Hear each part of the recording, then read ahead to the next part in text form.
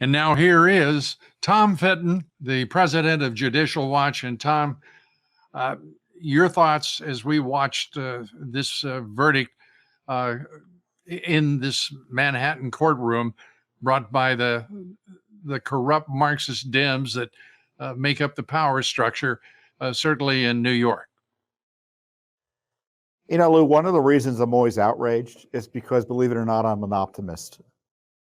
I thought maybe there'd be a juror or two who saw through this canard and would refuse to go along. And of course, the ultimate optimism was that he'd be acquitted. But on the other hand, it shouldn't be surprising. It's certainly predictable, given the way this proceeding has been run, that this kangaroo court proceeding ended up in an absurd kangaroo-type verdict. And I don't know how else to describe it other than absurd. What is the basis for finding this man, President Trump, guilty of anything? There was no evidence. The jury should never even had these charges. This trial should never have been prosecuted. And certainly Judge Merchant himself should have been nowhere near this case, given his evident bias and compromised status and conflicted status. Mm-hmm. And then, I read, believe it or not, the 55-page jury instructions. We've all been kind of getting scattershot descriptions of it. And I read it and I thought, oh my gosh, this is just designed to corral the jurors into making a guilty verdict. And that's what they got. And as President Trump has noted repeatedly, this was over for him once the venue was chosen.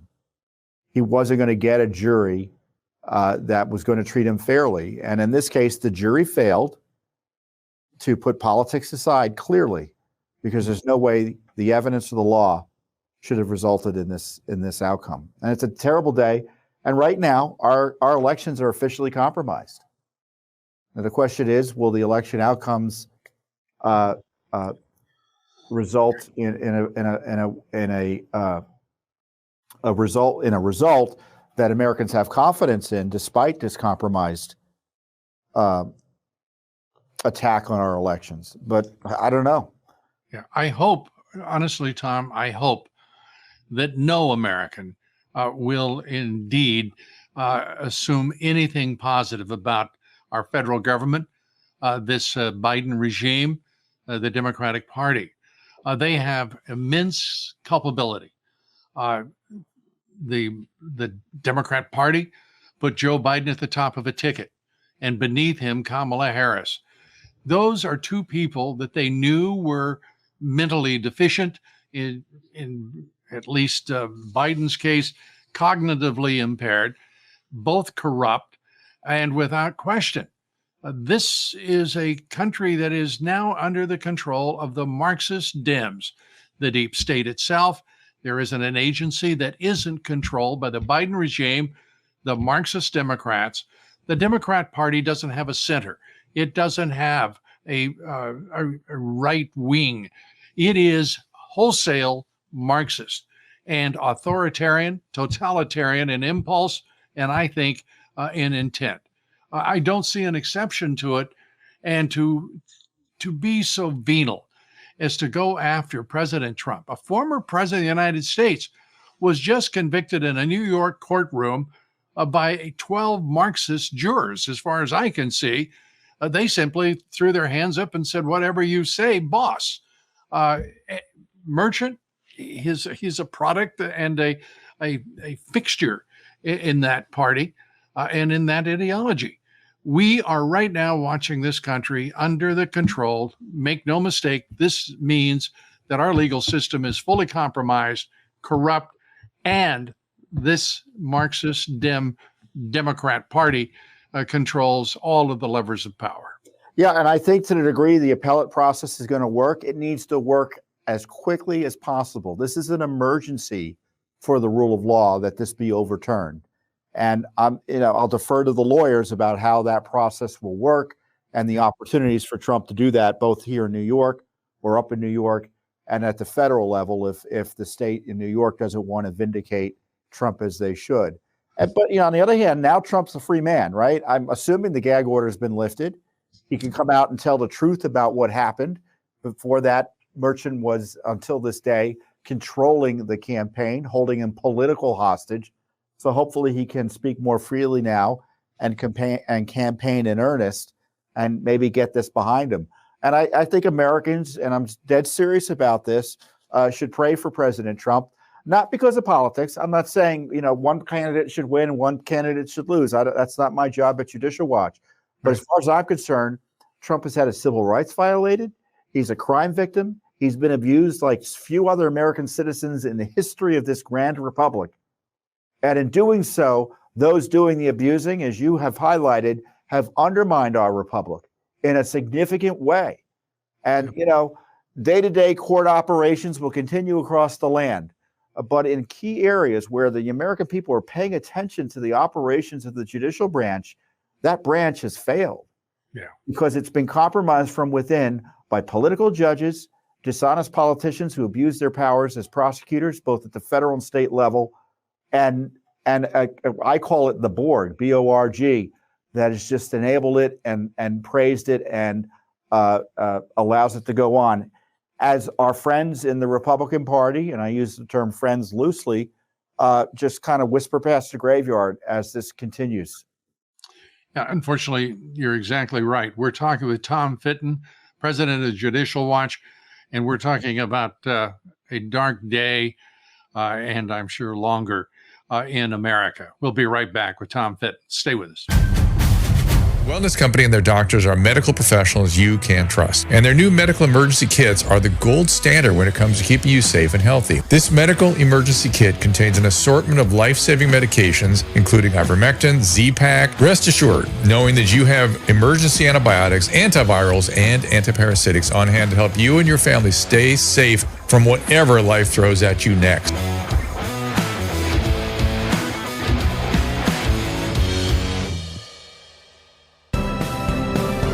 We're back now. We're talking with Judicial Watch's president, Tom Fitton. Tom, this is a dark day, and you are an optimist, and I've known you to be for many years.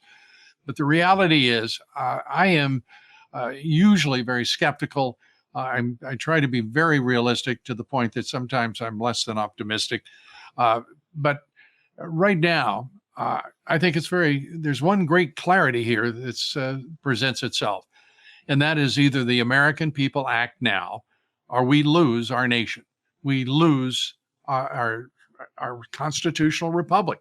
We cannot tolerate having the Marxist Dem Party in charge of our federal government. We can't tolerate, in point of fact, Marxist Dems any longer having sway over this nation, its policies, domestic or foreign. We have to get it right. Take this country back, take back our government, and do so forthwith. Well, we have to ensure the rule of law is followed no matter who's in power. I mean, we can't wait for elections to demand that the government obey the law. It just can't, obviously that's a check on some of the wild abuses, but it's not sufficient in the meantime. Trump's had his freedom constrained. Who knows what's going to happen to him in July when he goes to the sentencing hearing before Merchant. I mean, he's facing the rest of his life in jail because of this kangaroo court proceeding up there. So, an election isn't going to protect him. Yeah. And there has to be the rule of law, and we should expect the judiciary to do it. We should expect our elected leaders to stand up for it. But, the past is prologue, unfortunately, in politics. Politicians don't change their stripes. And you can be sure, and Biden basically said, I'm going to use this case, this prosecution, and this sham, shady verdict to use as a talking point in my campaign. Yeah. And so now it's the next series of harassing prosecutions that will continue down in Florida. We'll see what the Supreme Court does. Will they issue rulings that will protect Trump a bit more? We'll see. But in the meantime, we just have to factor this in to, as you point out, the big political battle in the months ahead. And we'll see how it impacts the election. And I think the American people, Tom, have to understand this is a part of a piece. We have watched them, what was the word, wiretap Donald Trump, mocked by the left-wing corporatist press for using the term wiretap, but indeed he was, as both a candidate and a president, as you well know. And from that, we watched as our intelligence community went after Donald Trump to overthrow his presidency once he was in. And then we watched 2 special counsel investigations, almost 2 years of FBI investigations separate from those. We watched 2 impeachments. And now here we are in the 9th year watching his political persecution. And people are saying, we can't wait anymore, I believe, right now in homes all across America. This is the time we make a decision about what we'll tolerate. We have accepted so much. We have slumbered, and we have taken on just an enormous loads of acceptance and toleration that we should never, ever have permitted. Yeah, the danger is that, are we going to lose all of our freedoms tomorrow? No. But if this becomes the norm, I think we'll be kind of like that frog that gets slowly boiled, right? You don't kind of know what's happening. And our republic will be a zombie constitutional republic. We'll have the forms. There'll be a constitution. There'll be the pretense that people are obeying the rules. The politicians are obeying the rules. The bureaucrats and the deep staters are obeying the rules, but they're not. And if you're a political opponent of the deep state, as you call it, the Marxist, Marxist polluters, I call it the abusers. You can call it by party, you can call it by ideology. And Democrats, not all Democrats are communist, but too many of them are using communist tactics to abuse their opponents. Yeah. That's what we should be concerned about. I think there are far more of them who are communists, by the way, than that may be true. Than you acknowledge. I can't find a right wing within the Democratic Party. Yeah. I can't find a moderate in the Democrat Party. And Hakeem Jeffries would have expunged them if I think he detected them. Yeah. We're at a point where it's clear. This administration, this regime under Biden, he's a puppet, of course, but the Marxists who are running this regime mean to destroy our allies, embrace our enemies, and disfigure everything about American heritage. And they have a head start on us. And either we get serious and have the capacity to deal with this issue, because our system of government has failed us, Tom. We don't have checks and balances to what we have experienced over the past 20 years. The takeover of the country by the Marxists, and they've done it silently. They have insinuated themselves into every aspect of power in Washington, D.C., in Albany, New York, Manhattan, New York. There has to be a countervailing force, and I think that countervailing force has to rise with the consent of the governed. Either the American people are reasserted for representation in the U.S. Congress, the Senate, and the White House, or we are lost, and it has to happen now. Yeah, we are in many ways facing the end of America. We haven't even talked about the Biden border crisis and how that invasion impacts our ability to govern ourselves as well. And so what Judicial Watch does, as you know, is that we try to ensure the rule of law is vindicated, try to figure out what the government's up to, and in a way that educates Americans and pressures those who know better to do better to protect the republic. And, one of the reasons, in my view, that Trump has been able to still advance his First Amendment rights in a successful way is because, frankly, your work, our work, educating Americans about the challenges he faces, and that he's a victim of government abuse in a way we've never seen before in our history. And Americans kind of recognize that. And, my guess is, it may be, once again, I may be being too nice for your taste, Lou, but my guess is there are many Democrats, because not all Democrats literally, the politicians, I think, tend to be too extremist for my taste. But there's a cadre of Democratic voters who are a little bit aghast at what's going on. And indeed, Trump seems to be making inroads among them, certainly in the minority community. So there's always going to be an opposition, but as you're highlighting, we got to make sure it's effective. And, the opposition needs to win. I'm not talking about politics. I'm talking about those who support the rule of law versus those who would overturn our republic. Exactly. And to your point, I agree that there are moderate voters, but they can't find representation in the halls of Congress or the Right. Senate. And they are moving, as you say, in large numbers, if the polls are correct, toward President Trump. And I think, by the way, this will hasten that migration from Democrat and independent to MAGA and President Trump's first America First policies. So help me God. We're talking with Tom Fitton. We're going to take a quick break. We'll be right back. Stay with us.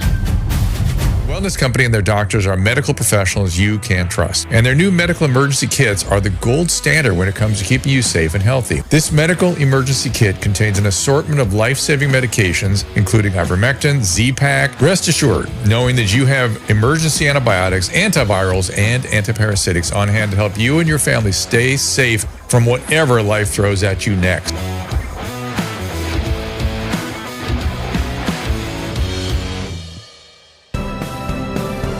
So we're back now. We're talking with Tom Fitton, president of Judicial Watch. And I guess the question that is on the minds of every American who cares about this republic and understands that we are now wounded as never before because this is a conspiracy that was carried out. It was strategic. It was long planned. And it was simply, as I said at the outset, part of a piece following 9 years of political persecution to destroy one man. They've taken it to a level now that means that it is all on the line. So I think most people are wondering, what can I do? What can we do? And why should I trust any more of these Republicans, the rhino fools in the Republican Party, the Democrats who have created this mess and who mean obviously to take over all of the levers of power, take over this government? Well, you see what you're able to do as a citizen under our Constitution and the rule of law. And you do everything that you're able to do as a citizen. You can vote. You can support organizations like Judicial Watch. You can personally participate in the election process, either working for candidates of your choice or actually working at the polls for candidates of your choice, or working at the polls as a poll official and an employee of the government who helps run elections. There's always massive hiring that takes place if you're interested in literally working at the polls. That's one way to ensure, at least as best as you're able under law, that you're doing your part and sharing your views about these issues. If you think corruption is important, no politician is going to pay attention if you don't tell them about it. Right. And it's a challenge to do so. But believe you me, talking to your politicians about these issues does have an impact, especially if there's an uprising of public sentiment one way or the other. Politicians are the most sensitive animals on earth when it comes to the views of the public. And they may ignore them, but they all know what those views are because they feel it on a day-to-day basis in their offices and in their travels and their work with the public. And certainly don't shrug off the idea that you don't have the ability, that doesn't make a difference if you communicate your concerns with your elected members of Congress or other officials. I hate to be the skunk nearing the punch bowl, but here it is. I'm watching the brand new Speaker of the House, Mike Johnson. He's betrayed the conference and their constituents countless times already, and he's only been there half a year. He is, I think, awful. Mitch McConnell, he is not a patriot. He is, without question, has a sinecure. He is a power patrician sitting in Washington, D.C., lording it over the peasant senators from those outbound states. It just isn't happening. The Republicans have been enfeebled. They're meek. They are milquetoast. They don't have any passion that I can find that would cause me to get very excited about the prospects for the Republican Party being a countervailing influence to the horrors that we are witnessing. Well, I don't necessarily dispute much of what you said. I might on the edges in some specific words, but that's irrelevant, right? And, you know, the question is, in our system of government, there has to be an opposition. And to the degree that folks and viewers who are listening here now want to be that opposition, these are the things they need to do to make their views known. Now, the Republican Party is an imperfect vehicle, you know, and I think there are Democrats who agree with me on these issues of fighting corruption and such. Do you really? There's got to be accountability. Yeah, I do. I mean, I think if you do polling on corruption, it's like an 80% issue. If you do polling on government transparency, it's like an 80% issue.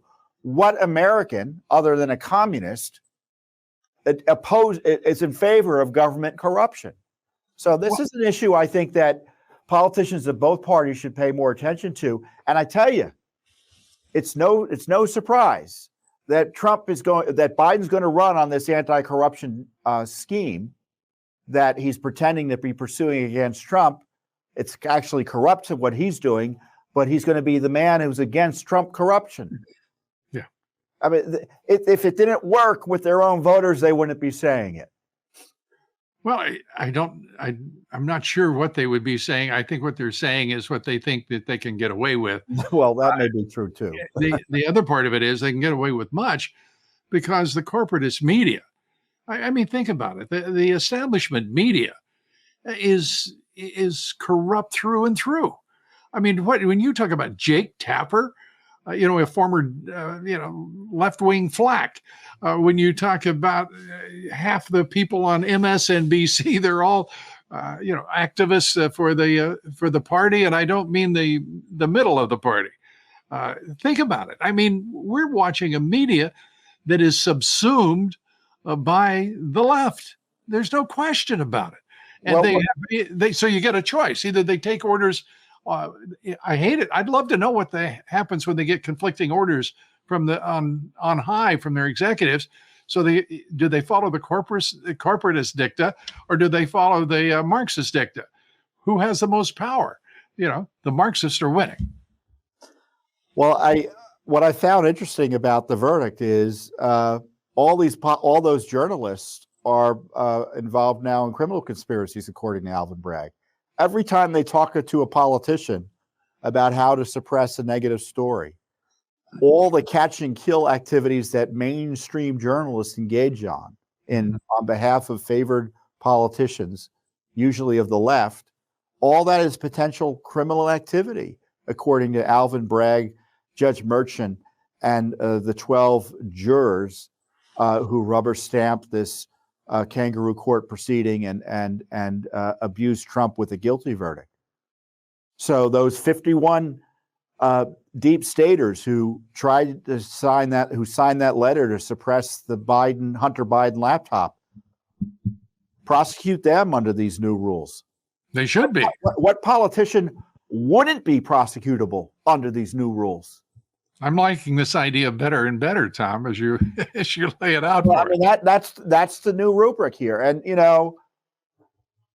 now whether, I would put myself in your shoes, you're going to say, well, Republicans are never going to do that, right?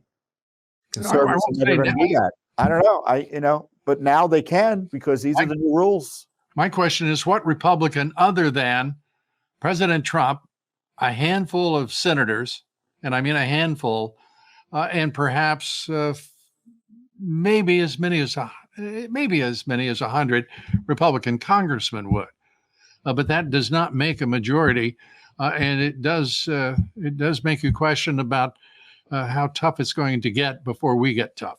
Well, and I think what Trump should do if he's elected is he should immediately appoint a special counsel. He should do it, not the Justice Department. He should appoint a special counsel send him down to Florida, convene a grand jury, and investigate this conspiracy against him to deprive him of his civil rights under color of law.